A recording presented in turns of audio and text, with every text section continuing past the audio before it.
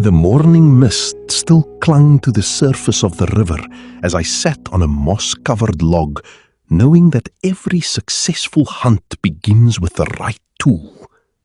I had found a sturdy, straight branch of ash the evening before, and now, in the growing light, I used a sharp blade to whittle a precise, lethal point. The curls of wood fell softly at my feet, a rhythmic meditation before the hunt. I knew that patience in the preparation ensures success in the strike.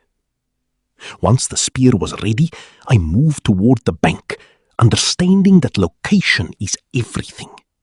I sought out the clear, shallow waters where the sunlight reveals what lies beneath the surface. I stood still, my boots pressing into the damp earth, observing the patterns of the current.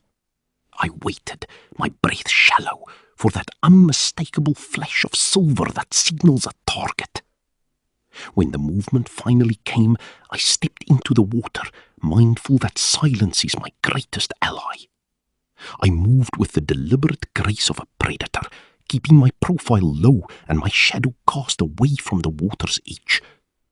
I felt the cold press of the stream against my legs, but I didn't flinch. I knew that one heavy footstep was all it would take to send my dinner darting into the dark depths. I raised the spear, but I didn't strike immediately. I had to remind myself not to trust my eyes alone. The water played its usual tricks with the light, making the fish appear closer and higher than it truly was. I focused my gaze, aiming slightly ahead and below my target to account for the refraction of the water. In this game, precision is the difference between a hit and a miss. The moment arrived when the fish paused in the lee of a submerged stone. I had to commit to the moment. With a sudden burst of energy, I delivered a swift, forceful thrust.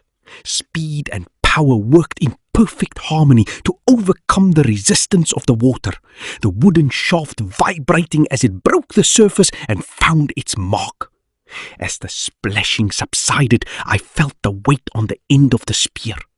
Success is earned, and as I lifted my prize from the water and secured it firmly, a sense of deep satisfaction washed over me.